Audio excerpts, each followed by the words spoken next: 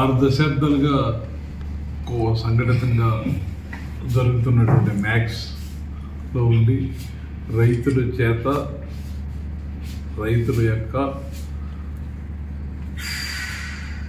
రైతులచే నడపడుతున్నటువంటి ఈ సంస్థ మ్యాక్స్ ఎప్పుడు కూడా సంఘటితంగా నడవడం వలన ఖచ్చితంగా చాలా ఆర్థిక అభివృద్ధిలో రైతుకు సహాయంగా ఉండడం ముందంజలో ఉంది. ఇప్పుడు కూడా ఈ వీరవల్లి కామధేను పాల ఫ్యాక్టరీ నిర్మాణం చేసుకోవడం 23 డిసెంబర్ 7వ తారీఖున ప్రారంభించుకోవడం, తర్వాత జరిగినటువంటి బుడమేరు వరదల నేపథ్యంలో చాలా ఉద్యోగస్తులు, సంఘాధ్యక్షులు, బోర్డు అంతా సంఘటితంగా ఉండి ఆ విపత్తుని సునాయాసంగా ఎదుర్కొని నష్టాన్ని కూడా తక్కువ నష్టంతో బయటపడి ఎక్కడ ఒక్క రైతుకి ఇబ్బంది పడకుండా, ఒక వినియోగదారులకు ఇబ్బంది పడకుండా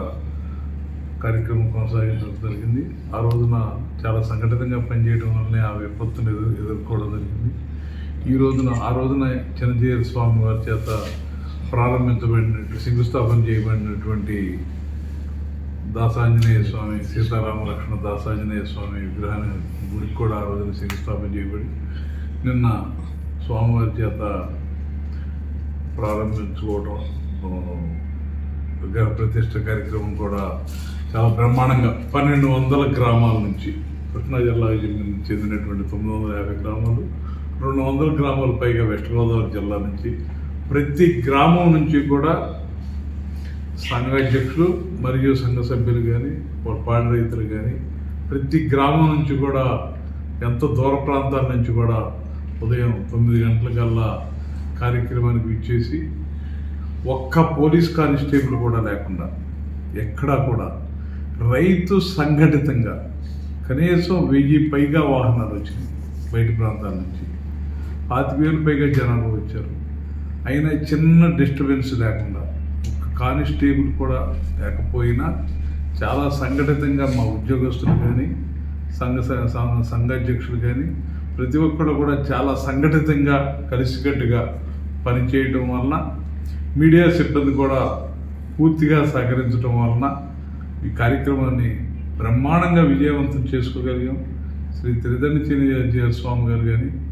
పరంజీ కానీ, ఖచ్చితంగా కృష్ణా మిల్క్ ఈ దేశంలో ఒక ఆదర్శవంతమైన యూనియన్గా కొనసాగబడుతున్నందుకు చాలా సంతోషం. చాలామంది పెద్దలు విజయవాడ నగరం నుంచి కానీ, హైదరాబాద్ నుంచి కానీ చాలామంది పెద్దలు ఇచ్చేశారు. అది బ్రహ్మాండమైనటువంటి రమేష్ గుప్తా గారు సరస్వతి విద్యాలయాలని దేశవ్యాప్తంగా చేస్తున్నటువంటి వ్యక్తి, అలాగే ఠాగూర్ గారు ఇంజనీరింగ్ కాలేజీలో క్వార్టర్స్ చేస్తున్నటువంటి సిద్ధార్థ లక్ష్మణ్ గారు, అలాగే గోకరాజు గంగరాజు గారు, ఇంకా చాలామంది ఎన్ఆర్ఐకి సంబంధించినటువంటి అప్పారావు, చాలామంది పెద్దలు పారిశ్రామికవేత్తలు కూడా ఇచ్చేసి వాళ్ళ యొక్క సూచనలు, సలహాలు ఇచ్చి జరుగుతున్నటువంటి అభివృద్ధిని కూడా చూసి వాళ్ళంతా కూడా సంతోషించడం జరిగింది. ఇంకా ఇదే స్ఫూర్తితో ఏదైతే ఇంతమంది మహోన్నతమైన వ్యక్తులు కృష్ణా మిల్క్ మీద నమ్మకంతో జరుగుతున్న దాంట్లో ఒక దేవాలయ ప్రతిష్ట అవ్వచ్చు, ప్రాబ్లంలో ఉన్నప్పుడు సాహసభేదలు ఎదుర్కొన్నటువంటి కార్యక్రమాలు అవ్వచ్చు, వాళ్ళంతా కూడా సంతోషించి ఆ రైతాంగానికి వెన్నుదన్నుగా మేము ఉన్నాం,